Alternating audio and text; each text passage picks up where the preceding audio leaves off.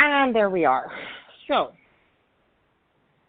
this week, and it's been a bit of a delay on getting a new episode up because there was bronchitis and car breakdowns and all the things. So, but this week, I wanted to talk about the terms abuse and red flags and how they should be used versus how they are being used. Because I'm seeing it a lot.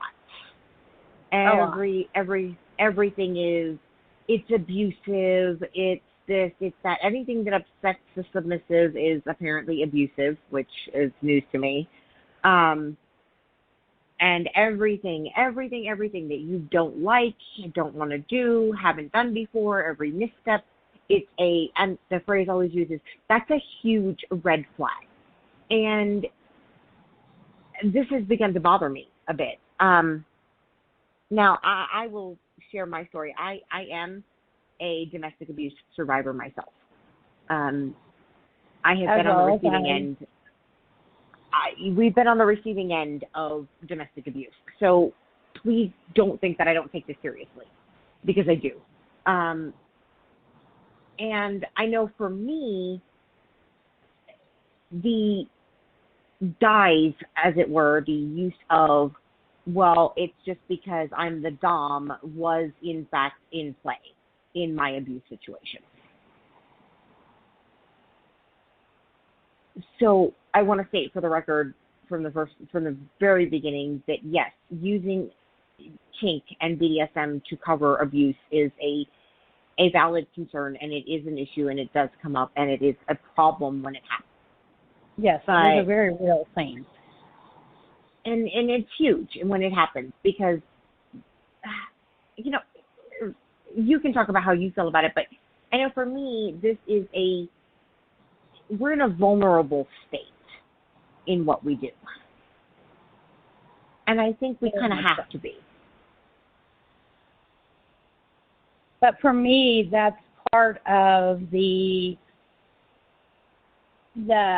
pull towards this lifestyle is the fact that I am able to find someone and have found someone that I can relinquish that trust to.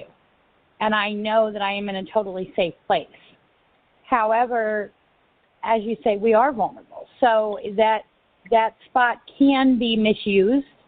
And what we are talking about here is not to make light of that at all.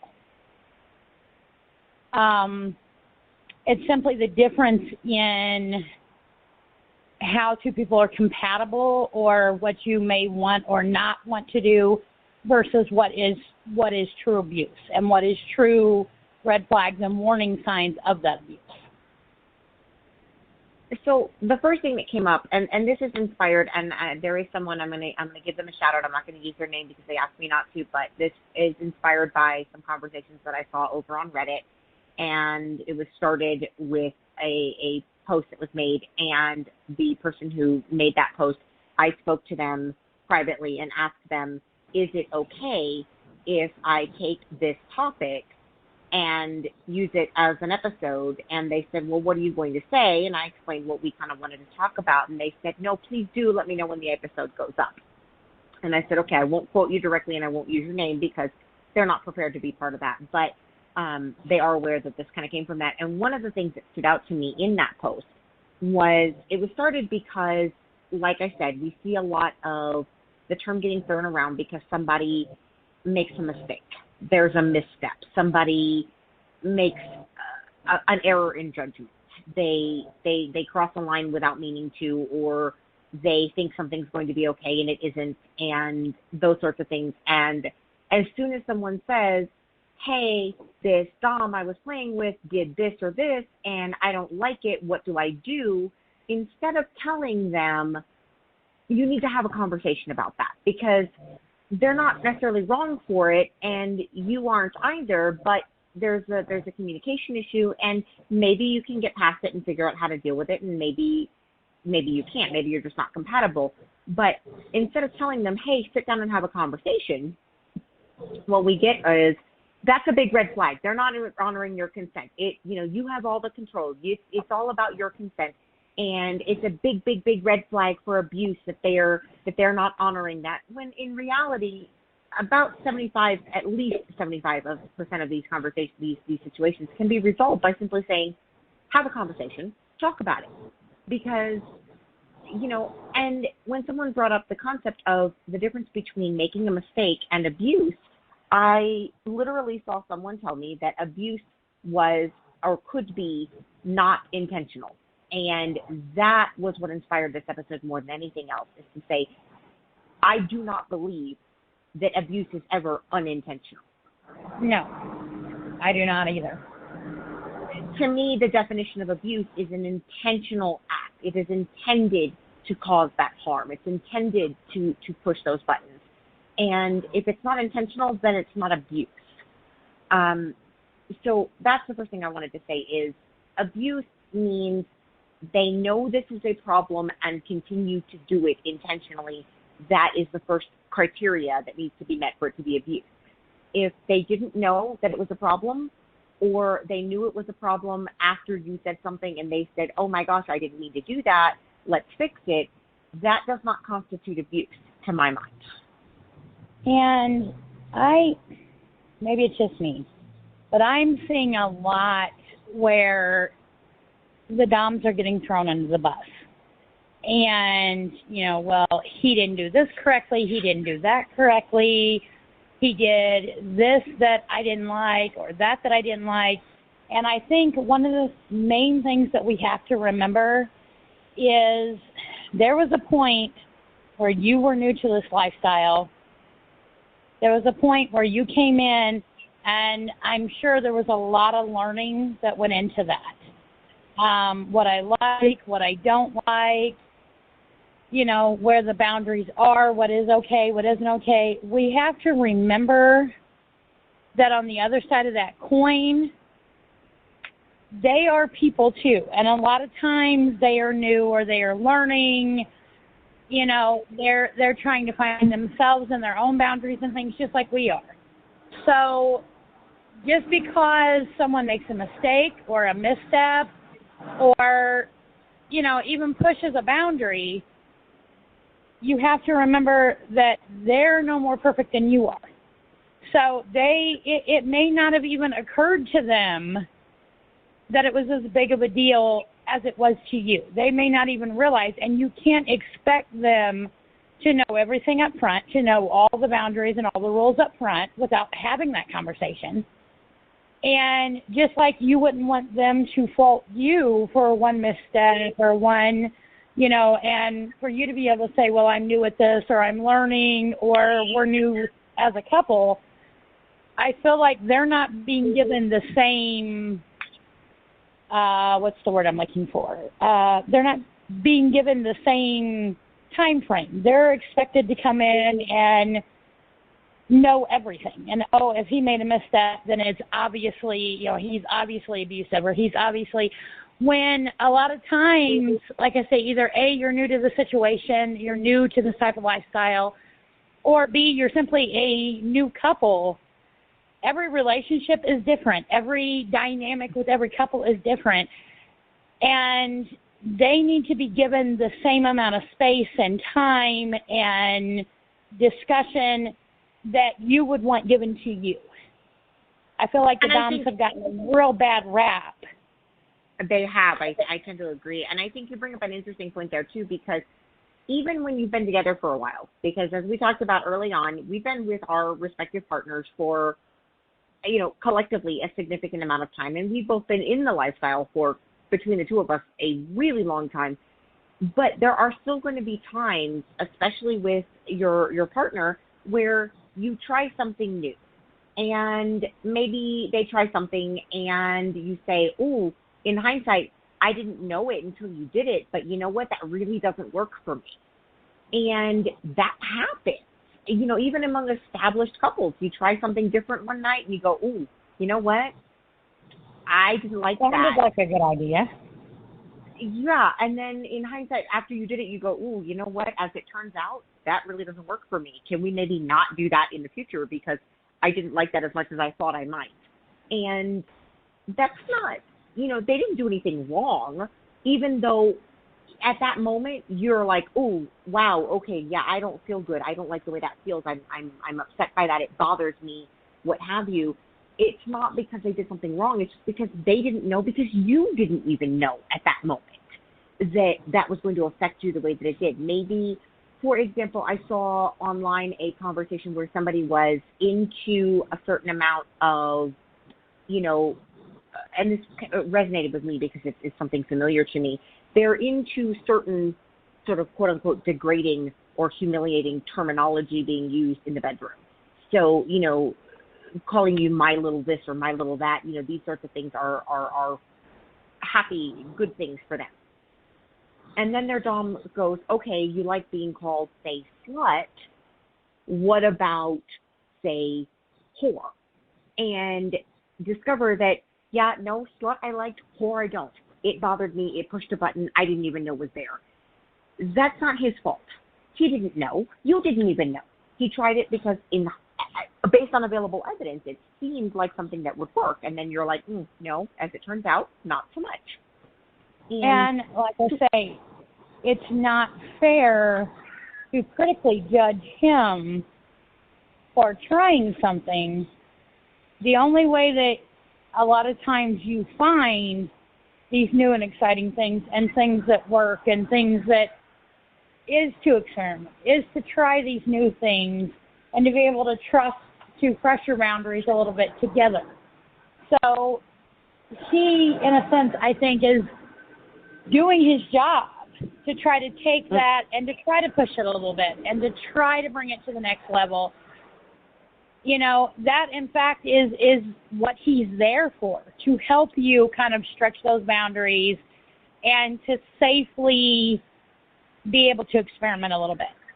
Explore and find out what does and doesn't work, Right. So to try to push those boundaries a little bit, it bothers me when that's all they're doing is, in my opinion, that's part of their role, is to help you explore.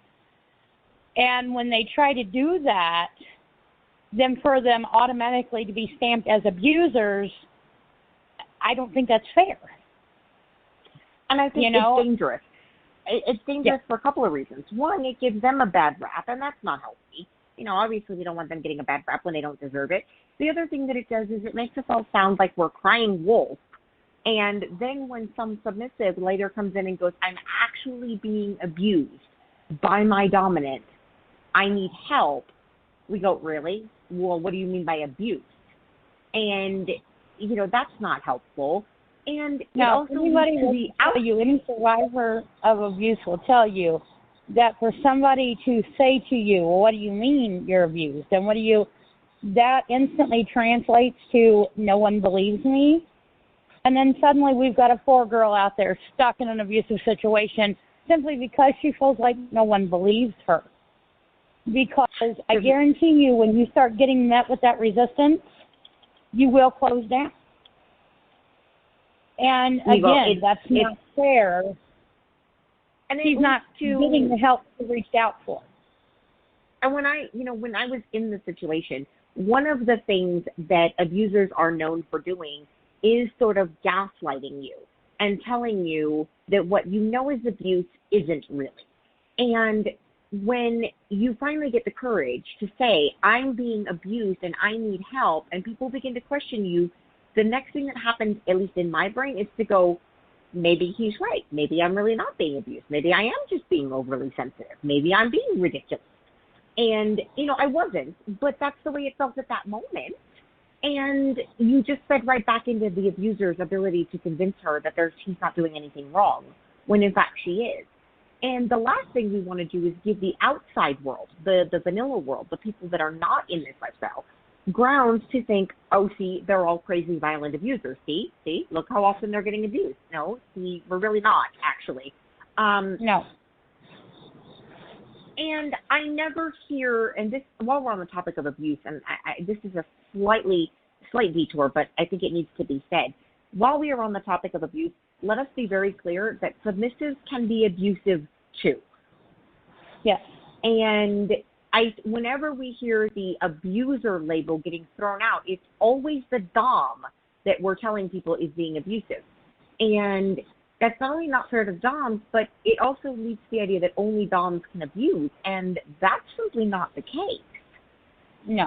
Subs can be abusive too. Consent and boundaries and limits, all of that goes both ways.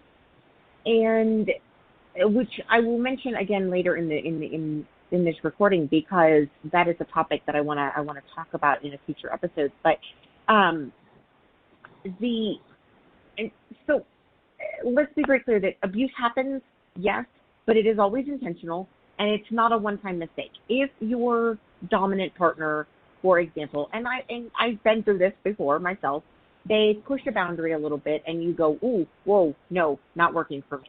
If their response is to go, okay, cool, won't do that again, or how do we fix this, then they're, at that point, decidedly not an abuser. The only way that translates to abuse to me is if you say, hey, this thing that you did, I don't like it and it bothers me and I don't want it to happen again, and they say essentially, get over it, I'm the dom, I do what I want, then you may be heading into abusive territory. Now, I want to talk a little bit about the red flag thing, because this gets thrown around even more often than abuser. Red flag, and this occurred to me this afternoon, and I don't know if this has ever even occurred to you, but it occurred to me that the term red flag comes, to my mind at least, from the beach warnings. I grew up near the coast, and when we say a red flag warning at the beach, it means that the surf is dangerous. And it means not, oh, it could be dangerous, you need to be careful. It means it is absolutely dangerous, do not get in the water. And that was really relevant to me.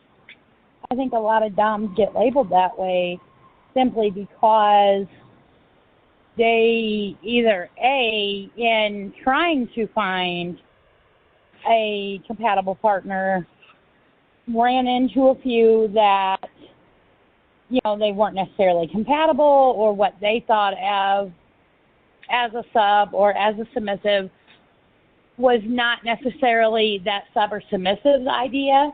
And that's not wrong. That's okay. That's the whole point of dating and trying, and is to find that compatible partner. But it doesn't necessarily make him a red flag. It doesn't necessarily make him abusive or wrong, or just because he chooses or you choose to say, you know what, this is not my idea of what I thought this was going to be, and moving on from that. There's nothing wrong with that. It doesn't necessarily make someone wrong or a red flag or an abuser or any of those things. It simply means that you two have two separate ideas of what the lifestyle is and should be about, and you need to move on and find someone who's compatible with you. You know, if you have that conversation and, well, you know, I think this way and I need this or that, and you think that way and you need this or that, then yes, you come to an impasse. But that doesn't make anybody in the wrong. You just have two different ideas of what the lifestyle should be.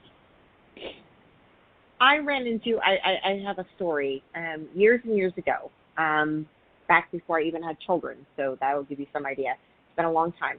There were two different dominant men that I knew in Houston, one of whom would not have been a good match for me. He was a wonderful person in every way, and I can never say anything bad about him as a person or as a dom, but his needs and wants in the lifestyle just weren't compatible with mine.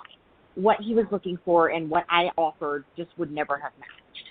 And so while we could be good friends and he was a very nice guy, he would never have been a good dom for me, and I would never have been a good sub for him, because we didn't match in that way. And so, and I still speak highly of this particular individual. There was another person around the same time that pushed the boundaries of consent when I said I don't want something, and was literally telling me, but you're a slave, so it doesn't matter. This is a person who was hiding their STD status I found out later, and that sort of thing. Those things, it's a very different situation. And I would consider that to be a big red flag. If you're willing to hide your STD status, then that's a problem. That speaks to your level of dishonesty. And dishonesty is a red flag, yes. I saw a post go up recently about what people thought people should know about, for red flags for people. And some of the things that were mentioned were, in fact, valid.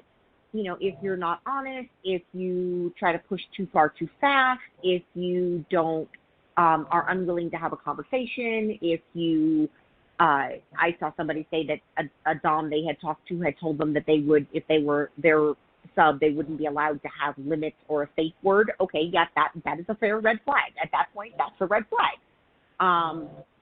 Because anyone who says limits or a safe word are not allowed is potentially dangerous. Yes. And all of those things are valid red flags. And there are red flags that exist. And like I said, not wanting to have conversations about limits, saying you shouldn't have limits. Those are legitimate red flags. But I also see things like if they won't play at a play party in public, that's a red flag. If a submissive says they've never needed to use they've never used their safe word, that's a red flag. If they say you can't ever have, they don't believe in taking timeouts out of role or out of dynamic, that's a red flag. Those are not red flags necessarily. No, I don't, and I believe I've said this before in other episodes, but I don't take a time out of dynamic because there's not an out of dynamic for me. This is who I am all the time. I go to sleep a slave and a submissive. I wake up a slave and a submissive. Literally, when I wake up in the morning, my first thoughts are, yes, I need to go use the restroom, as any female will tell you, especially ones of us that have had children. And then on my way back to my bedroom, he's going to be waking up soon. He's going to need a cup of coffee. He's going to need, those are the first thoughts that enter my brain when I wake up. On my way to sleep, it's, did I give him a hug and kiss goodnight? Is there enough blankets on that side of the bed? My thoughts as I'm going to sleep are about him.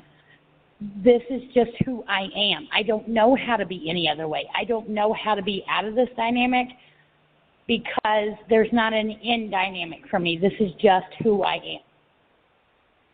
And I had the most fascinating conversation on that, and in that particular conversation online about what people should see as red flags, I saw the not taking time out of role or out of dynamic to have conversations as being listed as a red flag. And I said something about it because it was important to me to say, I see that said a lot, but I don't necessarily know that it's fair because some of us don't have that ability. And the person who said that responded to me, and we went back and forth, and not in a bad way. Like, we were having a legitimate, rational, adult conversation where she was like, they were asking me, well, what do you mean? Are you able to say this, or are you able to say that? And I was like, well, of course I am. I do it this way, or I do it that way. And they're going, you know what? I think we may actually agree, but we're using different words. And I said, what do you mean? They said, well, I would call it a timeout when I sit down and say I need to express my needs to you. And that, to me, is considered out of role. And I said, no, I think you're right. I think we are saying the same things, but we're using different words because I can absolutely do that. I just don't have to be out of my dynamic or out of my role to do it. No. And I have to be respectful. Exactly. I have to say it the right way. I can't go at him and say, you know what, I think you're a big jerk because you and and berate him and belittle him or be rude about it but you know what? I love him. I wouldn't want to belittle him or berate him in the first place.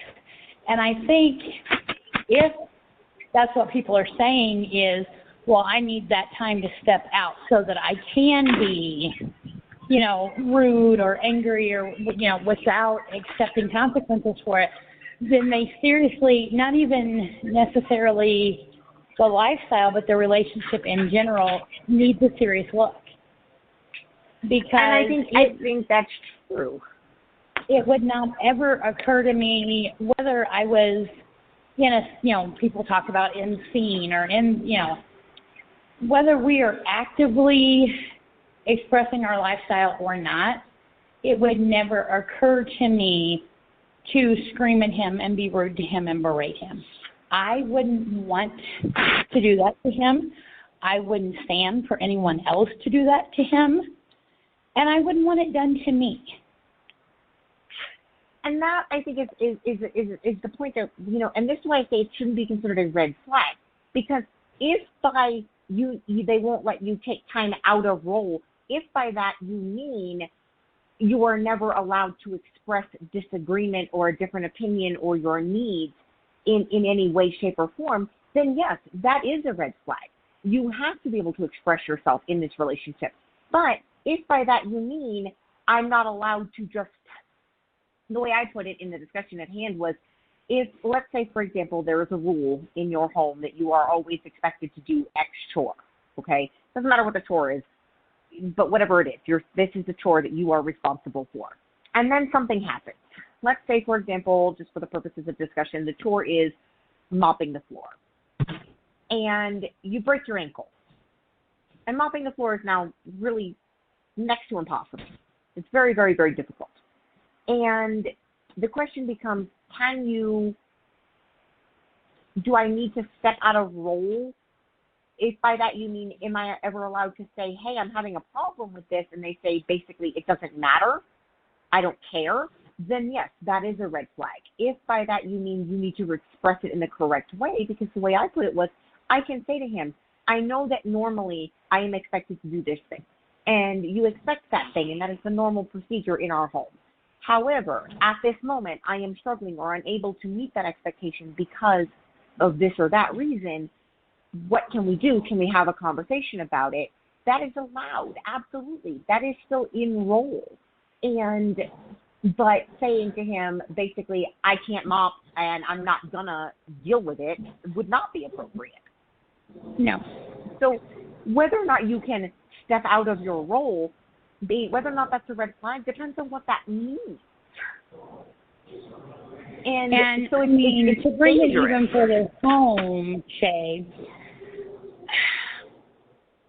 your Dom and I have a relationship. Not the relationship that you two have, but he and I do have a relationship. Right. Yeah, there's a connection there. As you and, as I was going to say, as well as you and my Dom. However, to bring this more solidly home, I require, because I do have that kind of bratty little side to me, I require much more micromanaging than you do. Mm-hmm. And I think a lot of what we're talking about, and let me be the first to say that Shay's Dom is a wonderful man who he is gentle and kind and sensitive and all the things that he should be. However, if he and I tried to enter into a play dynamic at all, we would not be compatible. We would never work, simply because I require there's no other way to put it, micromanaging. I require somebody on a daily basis to care what I've eaten, how much I've eaten, if I've taken my medicine, if I'm wearing a jacket today. All those things say love to me. And for him, that is a whole ball of, these are things that she can take care of. That is exhausting for him as a Dom. Right. He expects so for me, right. So for me to say, oh, this is how I feel love, this kind, wonderful gentleman in a lot of these conversations online would be labeled as a red flag, would be labeled as an abuser, simply because, and I think it would be vice versa with my Dom, with you, because you would be like, he's driving me crazy. He's all up in my space. People would say, oh, that's such a red flag because he's not giving you time and he's not giving, or vice versa with me. Oh, that's, such a red flag. And he's such an abuser because he's not meeting your needs and he's not doing what you, and then when in reality, it's simply not compatible. It's not that he's trying to be an abuser or trying to. We've spent years with these men. We know they are kind, loving, gentle, wonderful men. Your Dom is a fantastic person, and I have really, really positive things to say about him as a human being. And I do have a certain closeness with him, and we do have a bond and a connection and a relationship in that way, not a romantic one, but there is this connection there between the two of us. And he's a wonderful person. He's smart, and he's funny, and he's kind and caring and all of these things. But the way that he works as a Dom, as your Dom, would absolutely drive me bonkers. It really would. And I mean that in the most loving way possible. It really would, because he's going to try to micromanage me the way that he does you. And for me, that's not what I want. It's not what I need, and it doesn't work for me. However, it's not a huge red flag. It's not abusive. In fact, it's exactly the opposite. It's his way of trying to be incredibly loving, to try to show that amount of care. It's his way of being this wonderful person. And but people would label that.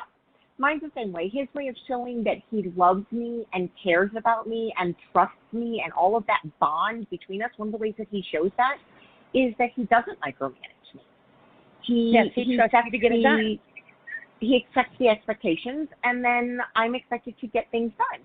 And that is loving. Now, for someone like you, it's not going to work, but it's not because he's an abuser or it's a red flag or he's a bad Dom. He's just a bad Dom for you.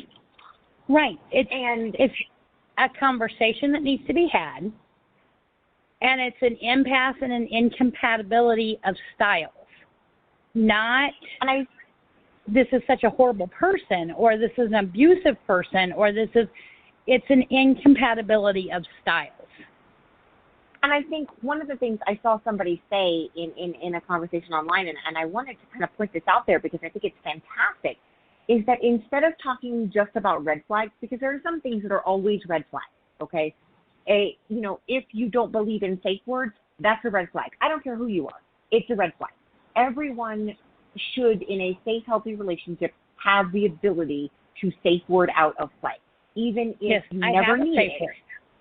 I can actually say that with my Dom, I've never needed it. However, it is there. It has been there since day one. That was one of the first conversations that we had when we sat down and said, okay, we're going to try this dynamic, and this is what we're going to do. Absolutely, a safe word came up on that first day because he wanted me to feel loved and safe, and still does to this day, but I can honestly say I've never needed it. He takes that much care and that much, I don't know the word I'm looking for, but he takes that much care. But even though it's been there. I would say the same. I've never needed my safe word with him. I never have. It has never exited my mouth. I've always had one, but I've never needed it. And the reason that I don't need it, and this is why it bothered me so much when they say things like, a submissive who's never used their safe word. Okay, I haven't used my safe word. The reason I haven't used my safe word is because I have been incredibly fortunate to have an amazing, wonderful dominant who, when we are doing things like that, it will stop. Is this okay? Are you okay?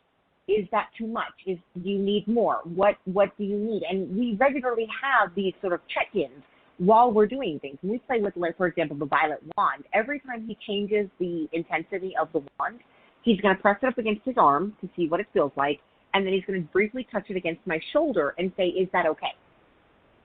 Because that way he knows if I go, no, that's too much, please turn it back. I don't need a safe word. I don't need to use my safe word because I have that ability, and he knows me and reads me so very well and pays so much attention to how I'm feeling and reacting. And he can tell when my reactions change and all of those things. But if a dominant ever tells you real submissives don't have limits, that's nonsense. If they tell you you don't need a safe word to even have a safe word, those are objectively red flags, because that leads to dangerous situations. But I think other things should be maybe the term needs to be like a yellow flag and say, look, you know what? Maybe you need to have a conversation about this. Aftercare is one that comes up a lot. Some people have very, very strong needs and feelings about the matter of aftercare. Aftercare needs to be extensive. It needs to be after any playtime, no matter how intense, and it applies to even punishments. It's yada, yada, yada, yada, yada. They have very strong feelings about it. Other people feel very differently. Aftercare is minor. It's not a huge deal, et cetera, et cetera. So when someone talks about aftercare, I don't consider that a red flag necessarily. I would consider it maybe a yellow flag to say, okay, maybe we need to have a conversation about how we each view this subject, because maybe we're not looking at it the same way, and maybe that's going to be a problem. And the fact that the conversations about aftercare are so varied shows you what is so wonderful about this lifestyle, because the lifestyle in itself is so varied.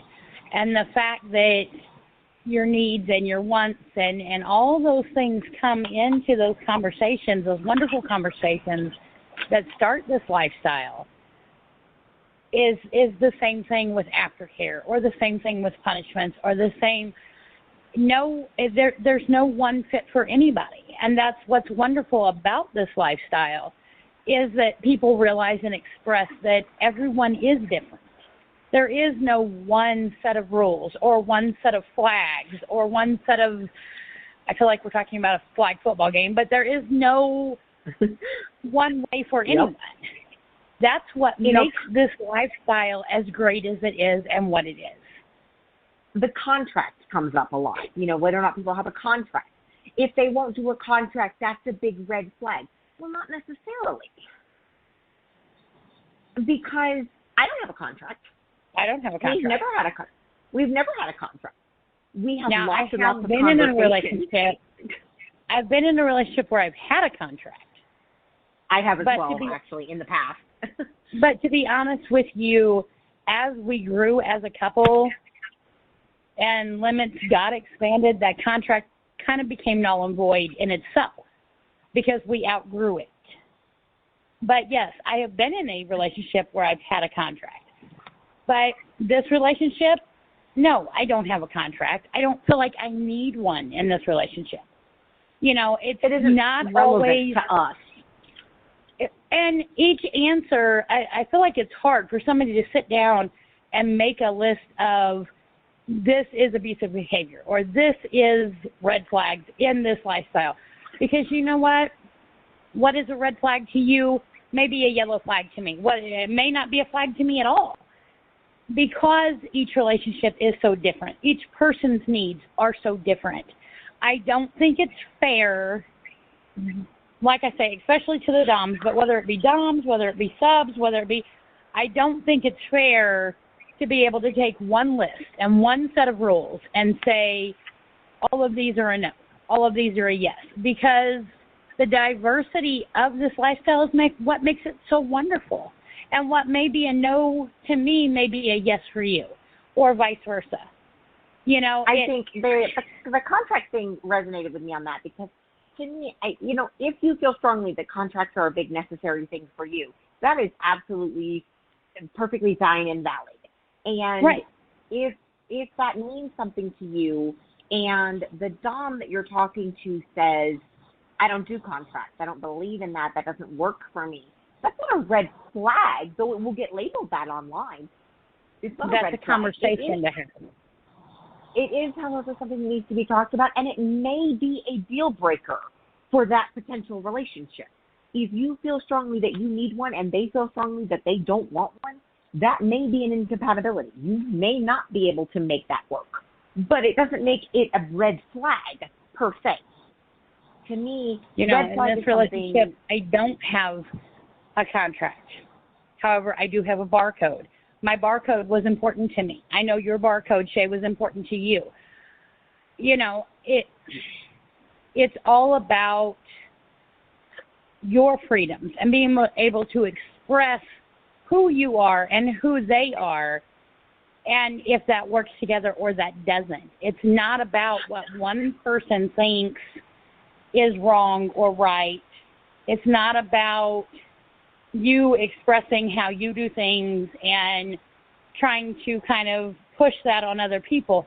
Because if something works for them, then it works for them. And just because it wouldn't necessarily work for you does not make it wrong for them. You know, and that's the thing. I got a name. You know, I go by Shay here on the show. I actually use Shay a lot in real life too. But Shay is not my legal name. It was given to me by my dominant because that was something that was important. I wanted something. He had in previous relationships used sort of pet names, the, you know, princess, you know, blah, blah, blah, those sorts of things. And I never had one of those. But I have in past relationships had a slave name, and I've had different ones over the years. But what we did was we decided that instead of giving me a pet name that he calls me, I'm not princess or baby girl or, you know, any of those things. I am just Shay, because he keeps that name for me. Now, I know for some submissives out there, the idea of being given a name to use would be horribly upsetting to them. Like, that is not a thing that they want, like, at all, even ever. And that's valid. And if the Dom says, I like to do this, give you a name that I call you by that you use because that matters to me, and it doesn't work for you, again, not a red flag, simply maybe a yellow flag, maybe a conversation where you say, okay, why is that important to you? And is that something I can deal with, or is that something that I have to say, no, I'm sorry, this doesn't work for me? I saw a conversation online with a girl who is a brat, and she identifies that way, and she engaged in some bratty behavior, and a new potential Dom didn't like it. And he stated such a thing, and basically the response was, but I'm a brat, that's how brats are supposed to be. And he was like, yeah, okay, this isn't going to work, and wandered off. And people going, oh, that's such a red flag, he should accept you for who you are, he's trying to change you. No, he's not trying to change this person. He's telling her, hey, I don't want that. I'm not interested. And if you, and I understand that it may make you feel bad because, you know, it's hurtful or upsetting because somebody, you know, said you weren't, essentially, you feels like they're saying you're not good enough. But really what they, I think, mean in most cases is you're not what I want. And you are not submissive enough for me. And people were saying it was a red flag that he said this person wasn't submissive enough. And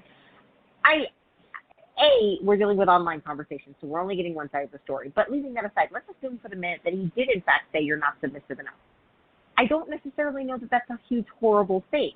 Brats are a different breed of submissive. They're not particularly compliant.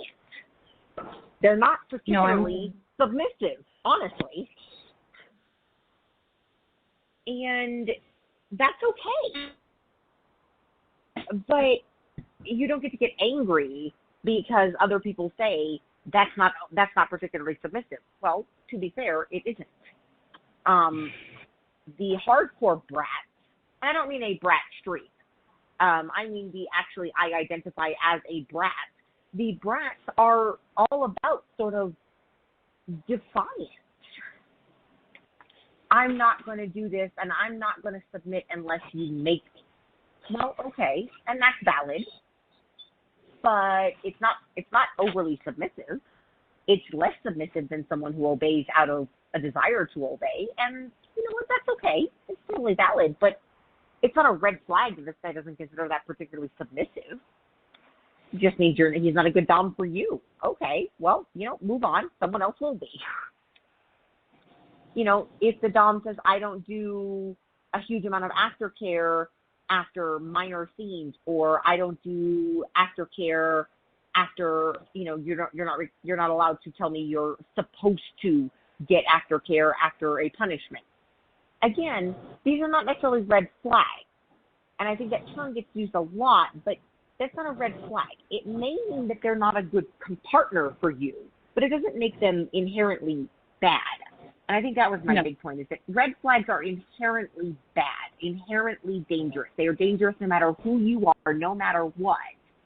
And most of the things I see being called red flags are not red flags.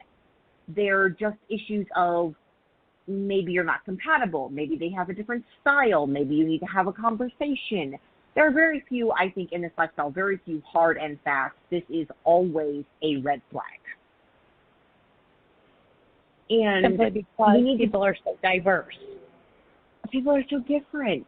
You know, like I said, like we were talking about, if someone tries to micromanage me the way that you thrive in, I'm going to chase because it's going to bug me.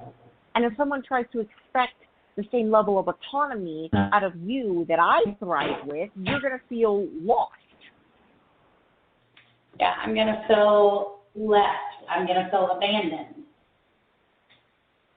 And that's not a red flag on either dominant. It just means that wouldn't work for me. And I think we need to be better as a community about saying, this doesn't work for me. And telling people, when people ask for advice and say, oh, hey, this dom did this thing and I don't like that, what do I do? The answer should be, have a conversation and decide if you guys are compatible. Not, that's a red flag, you should run away, you should never talk to them or play with them again because that's a red flag. That's a red flag. And most things really aren't, honestly. They just aren't. I actually, while I've got you on the episode with me here, I want to kind of touch on another topic that we're going to cover in more depth later. On the topic of brats. On the topic of brats. I might know a small amount. A little bit. I came into and just for those of you that don't know, that's an inside joke. We used to have a mutual dom friend of ours, and that because I do have the brat streak, not necessarily identify as a little, more the baby girl kind of concept, but that was the name that was granted to me by him, was Little Bit. So when you hear us make those, say those terms and laugh, and that's where it comes from. I am all of 5 foot, and I, in a sense, am a little bit. And so that's the name that I was graced with by this gentleman, was Little Bit.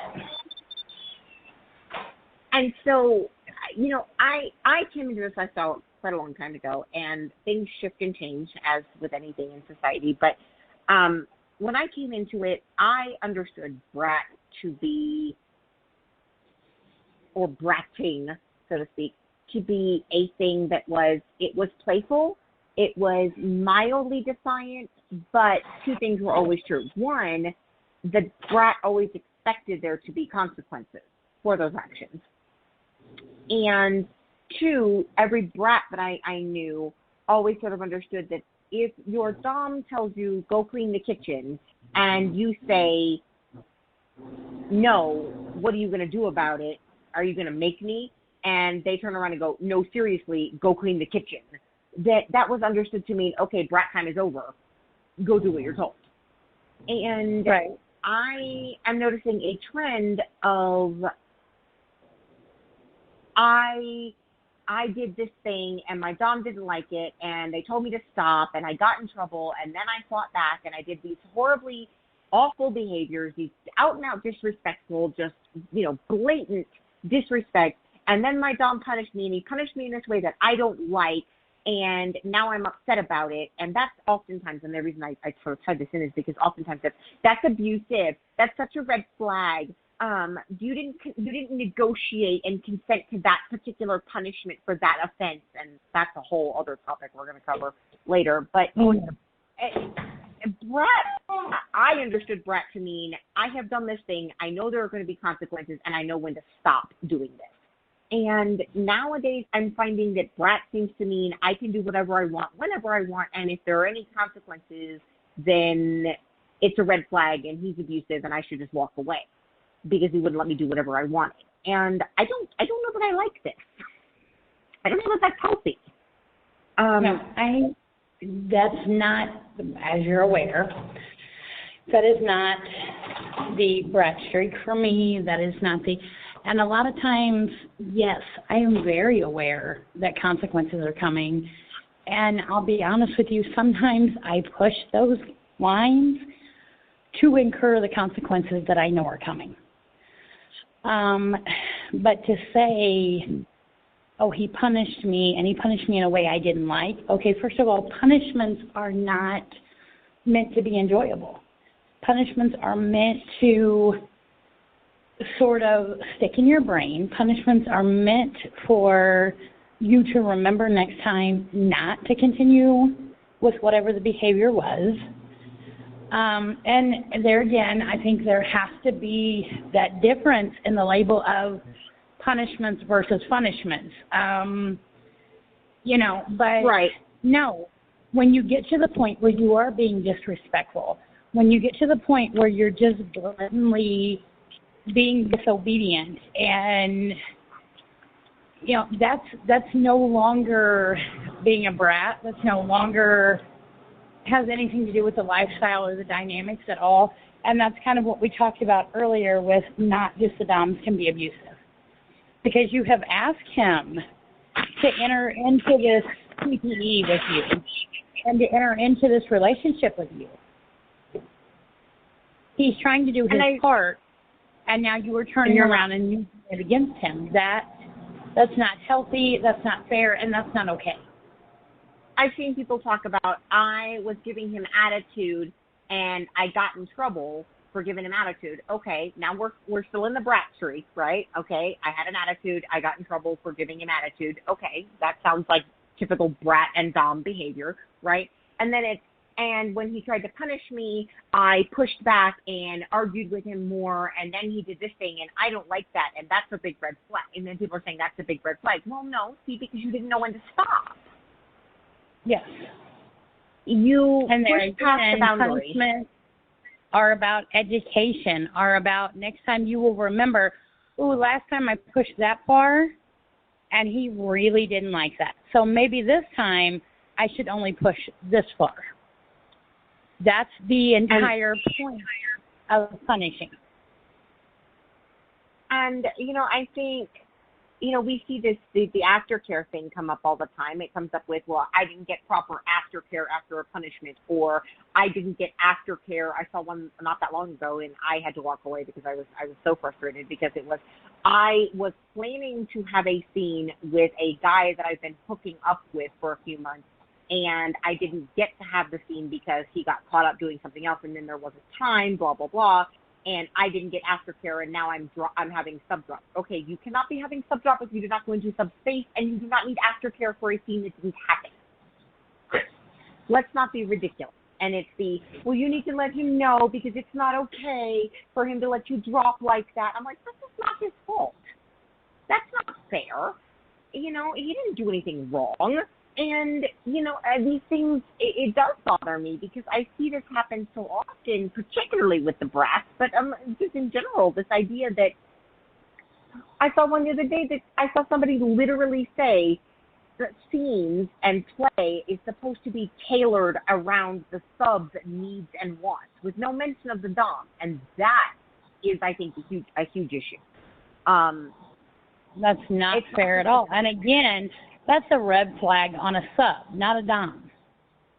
Because suddenly it's all about me, and he's there for me to toy with at my pleasure, and then I'm done with him. No, it doesn't work that way.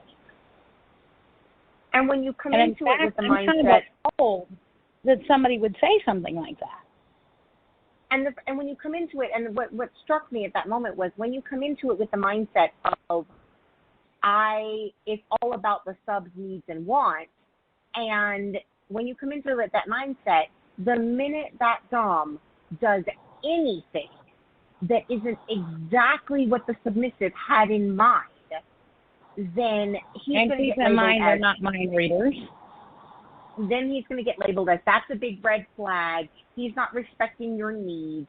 That's a big red flag for abuse, et cetera, et cetera, et cetera, because you went into it with the mindset of every second of that scene is supposed to be about you. And we label these doms as red flags and abusers for things that are really, really unfair to say to them. And I want to talk a little bit, I'm going to wrap us up here shortly, but like I said, they're not mind readers. Some days, I thank goodness mine's not a mind reader. But we literally, I mean, just you and I and Shay in discussions have literally said, in fact, we have a famous line that regularly we utter of, you know, this and this happened, and I had saw that going differently in my head. Okay, if we I saw that going things, differently in my head, yep. Head. If we see things one way in our head and that doesn't turn out in reality, imagine how hard it would be for them to figure out what is going on in our brain and making that a reality. That's not fair to expect of them. It's just not. You know, we had planned, for example, and I don't think he'll mind me telling this story. When we entered this relationship, one of my absolute hard limits was that I did not do wax play. And the reason that I did not do wax play was because I had a bad experience with it years ago. My first experience with wax play was done very, very badly. They used the wrong kind of candles. They were too close to the skin. I ended up with blisters. It went very badly for me. And so when we first got into this, I originally told him that was something I would not ever, under any circumstances, do. Now, very recently, we had another conversation about, is that still a hard limit for you? Now, some people would consider it a red flag that he even asked, but I don't, okay? He's simply saying, look, I know that people grow and people change and their feelings change, and as the relationship deepens and grows, you may feel differently. Is this still on the list of hard limits? And I said, no, I think it's more of a soft limit. I'm willing to consider it, but we need to have some conversations and do some research and yada, yada, yada. And so, it's not a red flag that he asked me, is that still a hard limit? It's simply him saying, hey, I know things have changed over the years. Where do we stand on this now? Because and it is something you know, Shay, I interested. just recently had a conversation myself because the violet wands and the electricity and the whole has always been a hard limit for me. However, I just recently had some of the same conversation about a violet wand.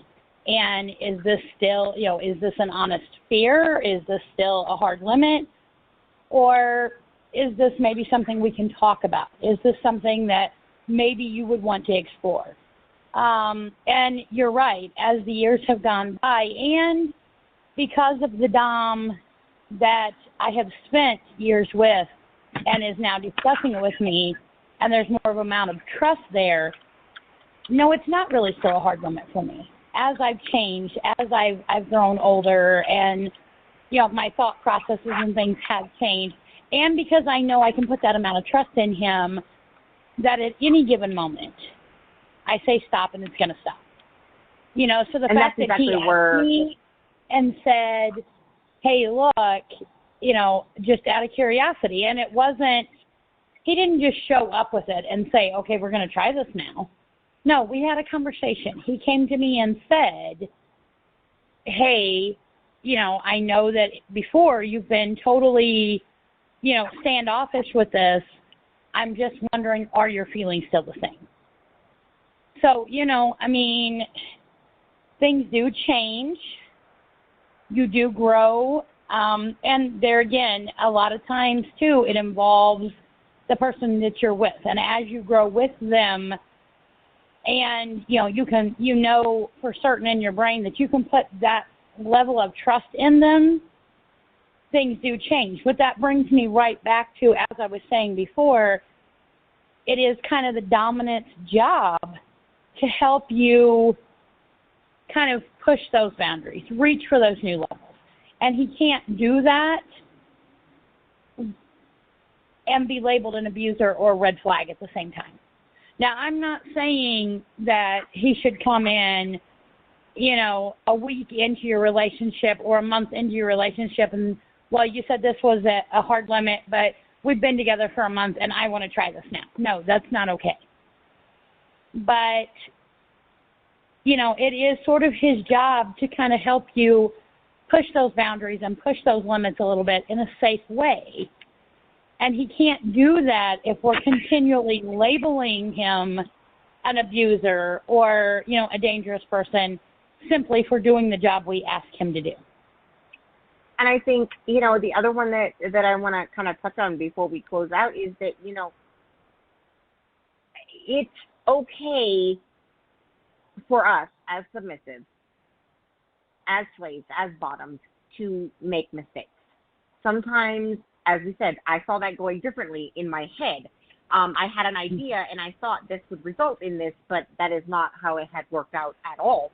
And that happens. And I don't expect my dom to be like, that's it, you're awful, you're horrible, you're no good because you made this mistake. I expect him to go, hey, don't do that because I don't like that. That bothers me. And I'm going to have to ask you not to do that in the future because it upsets me. And I need to be very clear that the same needs to be true for them. He's going to make mistakes too. He's going to misstep. He's going to push those buttons sometimes that he didn't know were buttons because I didn't think to mention it because it hadn't come up. And he pushed this button and I go, oh, no, not liking that. Can we not do that? I need you to not do that. We had to have a conversation early on in our relationship about the fact that there are certain things that I just cannot handle. If you are the kind of person who wants to walk away when they're angry, there are certain things I need to have happen for that to be the case. Because make no mistake, we do get angry at each other. That's master slaves or not. We're still human beings and we live in the same place. And occasionally you're going to bug each other a little bit. You're like, you're kind of ticking me off right now. And, you know, but I can't have you just walk away with a layer of cheese. I need you to tell me this is a thing. I need you to tell me I need a minute. I need you to talk to me because if you just walk away, I'm going to freak out. It's not a red flag that you need that, but and the first time you do it, it may not even occur to me, or I may not have realized how badly that would affect me. And then I have to come back and say, okay, in the future, I need you to do this, this, and this, and we need to talk about this because this is a problem for me. But I need to be able to say to him, hey, you did this. I don't like that. I felt this way when you did that. And I need to have a conversation with you about how to avoid that issue in the future. And just as he can say that to me, I need to be able to say that to him, and I need it to not be, that's a big red flag, you're an abuser, and you're awful, and a bad dom, and this, that, and the other. No, I need to just be able to say, hey, that thing that you did, that's a problem. Because he's human, and Lord knows I love him, but he's human, and he's going to do things sometimes that we're just like, yeah, no, that's not working for me. I'm going to need you to not do that, because that does not work for me. And like I said, he gives me that, and I need to give him that too. And I think we all do as a community. We need to be very careful. Do not throw the term red flag or abuser around unless it is really very clear that they are intentionally, what they are doing is objectively dangerous or harmful, and that they are aware that it is dangerous and harmful, either objectively or to the person in question, and then choosing to do it anyway. If both of those things are not true, then we need to be very, very, very careful and not throw those terms out there, I think, because it's dangerous. Exactly. And it's not fair. It really isn't. And I'm going to wrap us up on this episode. I think next week, Munchkin, if you are willing to do that with me, I would like to have a conversation about the concept of bratting versus just being a bad smith. Because I think the two terms are being used interchangeably, and that's dangerous too. Bratting versus just being non-compliant. Right. and the difference between playful, bratty behavior and just being out and out disrespectful and defiant and just not doing it right. And I think because those terms get used interchangeably a lot, and I think that's probably not a good thing, and I kind of want to touch on it a little bit. Right. And while we're at it, I'll mention to you as well, the other thing I want to talk about is the fact that can we please, as a community, stop telling girls like me that we are less of a submissive, we are less interesting, we are less intelligent, we are less fun because we don't have a brat streak. I am not less because I'm not a brat. I'm just not. And while we're at it, can we stop telling doms that if they were a real dom, they could handle a brat, and if he can't handle you being a brat, then he's not a real dom. Okay, let's not do that. Can we not? And so I personally, and you and I have had conversations about this in the past, but and this is more of a background on Shay, I guess, but I personally think that Shay, even though she doesn't have the bratty side, is the stronger of the two. Now, grant you, I go out and I work a traditional job every day, 6 days a week. Yes, I do. But Shay homeschools children. Shay bakes bread. Shay makes clothes. Shay makes soap. Shay does all the shopping. Shay keeps everything organized. You know, to me, Shay is an amazing woman and an amazing submissive, that she is able to accomplish all these things and keep all these things together. And I literally look at my life sometimes and think, I go to work, I come home, I spend some time with my dom and, you know, have some time there, which even sometimes I feel like is more about me because I have worked all day and I need to curl up and have that pampering and have that time. And that's like literally all I can get accomplished in a day. So I don't think it's fair to label anybody as more or less than until you've walked a mile in their shoes. And I think, and I literally had somebody say something about they liked brats because brats were energetic and intelligent and fun and loyal. And I'm going, and I'm sure that your brat is all those things. But yes, we are. Sorry. Yeah, and you know, and I think you are all those things. You are intelligent and fun and loyal and amazing in many, many, many ways. But the implication in that statement very clearly was, I like brats because they are these things and other women and other submissives are not. And I personally was like, fair or true. I was like, whoa, wait a minute. I like to think I'm fairly intelligent and loyal and fun and you know, I'm a lot of things too, but I do it in a different way. And you know, and some doms like a brat, like they prefer that, and that's fun, and that's great. But I literally saw somebody say something about, well, if they can't handle that, it's not your fault they can't handle a brat. That's their shortcoming. And if he can't handle a brat, then he's not a real dominant. And I'm going, that's not fair. No. My dom wouldn't like a brat at all. I'll be honest with you. That's like saying, I mean, let's face it, that's like saying everybody should be a brunette or everybody should be a blonde or everybody should be a redhead. You know, every woman should be 5.5 foot tall. You know, that would get very boring very quickly. And again, that's why this lifestyle is so wonderful, is because it can be so diverse. And I'm going, you know, mine wouldn't like a brat. Like, it would drive him crazy. It really would. If he turned around and said to me, Shay, can you make sure that this gets done today? And I went, what are you going to do about it? He's going to go, seriously, just do what I asked you to do.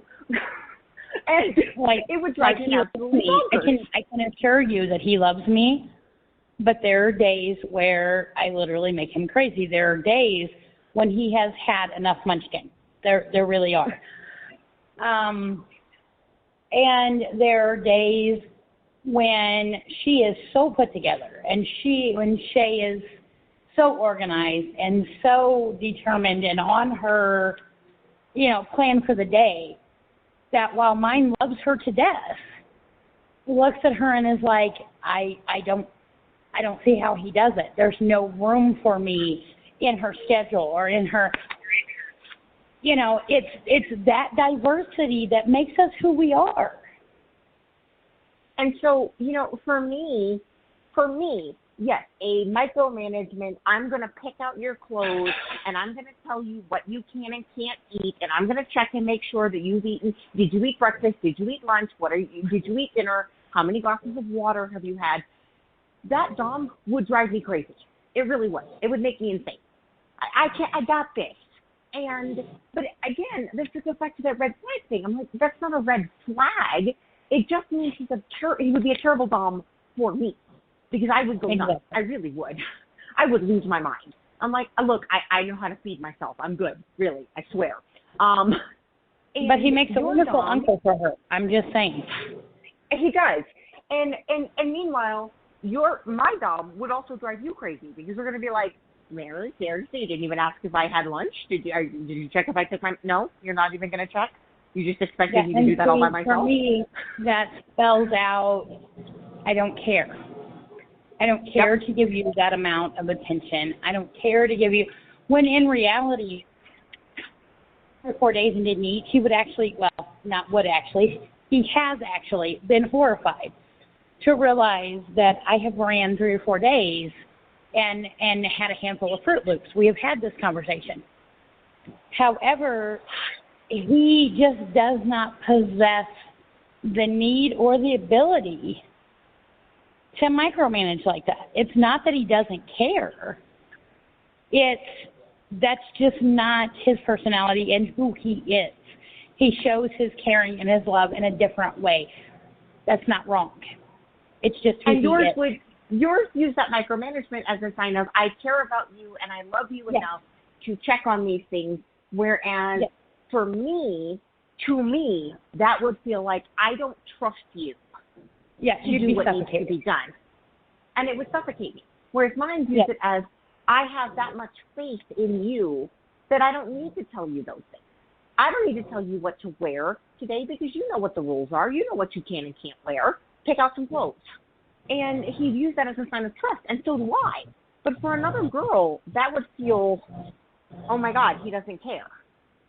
And see, that's where that whole bratting, true bratting, comes in, because then I go, okay, he doesn't care. He doesn't care. He's not paid attention. He's not, so I'll help him care.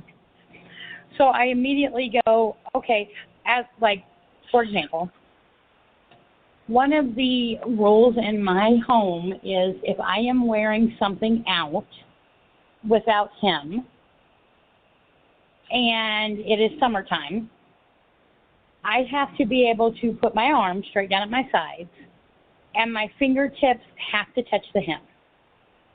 If it is shorter than my fingertips at my hands at my sides, my fingertips touching the hem, I am not allowed to wear it out of the house without him. I'm just not. So at that moment, the difference between, a strong, independent sub like Shay and a brat like me would go, well, he hasn't said anything about my clothes for 3 days. So now I'm going to go in the closet. I'm going to get my micro mini skirt. I'm going to get a tank top. Because he's not cared for 3 days, he will care today. See, for me, that's that bratty behavior, because the minute that I walk towards the front door into the living room, suddenly there's that attention. And excuse me, you're going where in that? It's not, I wait till he leaves and I put his clothes on and I go running around town and I'm going to ask him what he does about it. And I don't care, okay, so you're upset. Well, too bad. What are you going to do? That's not bratty. That's just totally non-compliant. That's just... And I think yours would take, he hasn't said anything about my clothes in a few days, and I'm going to wear my micro mini and walk toward the door to get his attention. He's going to go, oh, I see. You need a reminder of what the rules are about your clothing. Whereas... let me fix that for you. Whereas mine, if the rule is no, you can't, let's say, for example, it's not even his rule, it's my rule for religious reasons, but for example, I don't go out of the house in things that show my shoulders, like tank tops and things. I don't wear them out. It's a religious thing for me, but my shoulders are covered. But let's say, for example, just for the purposes of the discussion, that was his rule. Okay, shoulders covered. If I then turn around and try to walk out the door in a tank top, he's going to go, seriously? We're going to have a talk about this later, but I'm not going to actually do anything about it. We're just going to have a discussion about what the heck are you doing? Why are you being defiant? Because in his brain, that's exactly what that happens. Mine looks at it as a defiant thing because he doesn't do the brat game. And for him, and it's not that there's anything wrong with it, but the reaction is going to be very different. Yours is going to go, oh, I see. Let's give you a reminder about the rules about your clothing, whereas mine's going to go, do you not want to be in your collar? Why are you defiant? Why are you doing this? Yes. Because that's not the way that he views it. And it's just a difference in style. But, for example, if I'm seeing a lot of it being a red flag when someone says they don't want to deal with a certain type of behavior from a submissive, it's not a red flag that they don't like that. It just means, look, they don't care for it. And they're allowed to not care for it. And that, I think, is what really inspired the episode more than anything, is the fact that people saying, oh, it's a red flag, he should accept you for who you are, you shouldn't have to change. And no, you shouldn't have to change, but neither should he. You don't have to change who you are. If you are a brat or a little or whatever flavor of submissive you happen to be, you shouldn't be expected to change that. And that is not fair. But you can't then turn around and say, you're a bad dom because you don't want to deal with my behavior. And that's not okay. To me, now correct me if I'm wrong here, but to me, I always thought that a brat wants you, to some level, to some degree, to change their behavior. That's the whole point. They are saying, I'm not going to change this on my own. I am expecting you to help me. And if you are unwilling to accept that level of change your behavior, then I don't know what you are doing. And all these things have become, and I think it all relates back to that core underlying issue of it's all about me. I'm in charge. I want it my way. I want to behave the way that I want to behave. I want the punishments that I want and I decree are acceptable. And anything that is not exactly what I want is not okay. And I don't know how anyone can expect to be in any kind of relationship, lifestyle or not, if you're not willing to consider your partner's needs. If you are unwilling to consider what they want, what they need, then, to quote one of my favorite comedians, I don't know what you are doing with your life. I really don't. It's not all about you. It's not all about them either. That's the thing. And although I do try to make days where it is all about him. I do sometimes, yes. I do have moments. In return, I do have days where he tries to make me feel like it's all about me. And I think that's the beauty of it, is that it's a very symbiotic thing. That's why I don't like the phrase, the subs have all the power. No, we don't. Honestly, no, we don't. And we should. And I think, too, that we need to have a valid discussion. As you said, probably will have to be another episode, but we need to have a valid discussion on, some of us need the tie out, some of us need the fence, some of us just need the knowledge of the fence. Yes, I think that is going to be an episode that we definitely do need to have, because, yes, that is an analogy that she and I use a lot, the tie out versus fence versus I know where the property line is. Yes. And they're different styles, and none of them are wrong, but they are very different styles. And it's important to understand that what you need, and also understand that some doms prefer to have a tie out versus a fence versus a property line. And they're not wrong either. If you are I need a tie-out and he is you know where the property line is, that's going to be an issue if you're going to be together, but it doesn't make him wrong. Literally, I am a tie-out kind of girl. Literally, Shay's dom is a prop. Yep. We have the ability to make each other crazy. Trust me, we do, ask Shay. We have the ability to make each other crazy. And we're not even in a relationship like that. But we love each other. We have a wonderful relationship. It's just not that type of relationship and could never work simply because we are those different types. He's not wrong. He's not a huge red flag. He's definitely not abusive. He's just different than what I need. And it's true and vice versa. I am I know where the property line is kind of submissive, whereas Munchkin's dom is a very tie-out kind of dom. And it would make me bonkers. It really would. And I would make him bonkers, honestly. I really would. We don't. He does at times, yes. I do at times make him absolutely bonkers. I love the man. He's wonderful. He's amazing. But we don't match in that way. We really, really don't. It's not because he's a red flag or abusive or a bad dominant. It just means he would be a terrible dominant for me because I would lose my mind. He, in fact, is so near and dear to her, even though he would be a terrible dominant for her. He is her children's godfather. That's the point that we're trying to make with this episode is just because he has a different style or a different compatibility or different ideas does not make him a horrible person. It just makes him different than who you are. And it applies to so many things. It applies to things like punishment, for example. I saw somebody say not that long ago about, well, I don't understand why any dominant would want to use physical punishment on their sub. Okay, that's a valid viewpoint. But if you are talking to a dom who believes strongly in, say, spanking as a punishment, then if you are I don't understand why you would ever want to do that kind of submissive, that's going to be a problem. Yes. But it's not because he's a bad dom or he's a red flag. It doesn't make him abusive. And, and so that's the problem with making these lists and these sort of lists of ideas that this is a red flag, that's a red flag. If they won't play in public, that's a red flag. Or maybe they just don't like playing with an audience. Maybe they have social anxiety. There's lots of reasons why that might not be a red flag. If a submissive says they've never used their safe word, maybe they've been really lucky and had really responsible doms and it's never come up. If they won't let you take time out of dynamic to have conversations, maybe they just view the conversation things differently than you do.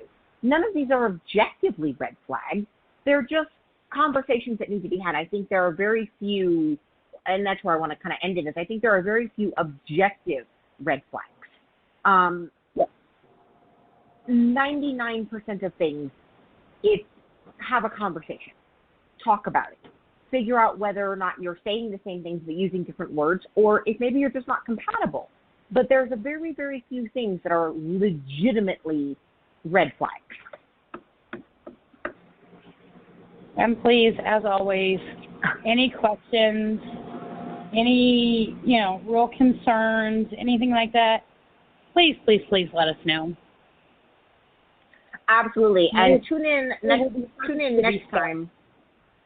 Yeah, tune in next time for a more in-depth discussion of the difference between bratting and non-compliance and the tie-out fence and property line analogy. We touched on that tonight, and I want to talk about it next week a little bit more in depth because I think it needs to be kind of brought up in a more clear way, and that's what we'll do. And we will this will be up, like I said, it'll be up on Anchor and YouTube, and there's always a Discord channel, links in our YouTube link, YouTube channel, so until next and on the time, Anchor profile.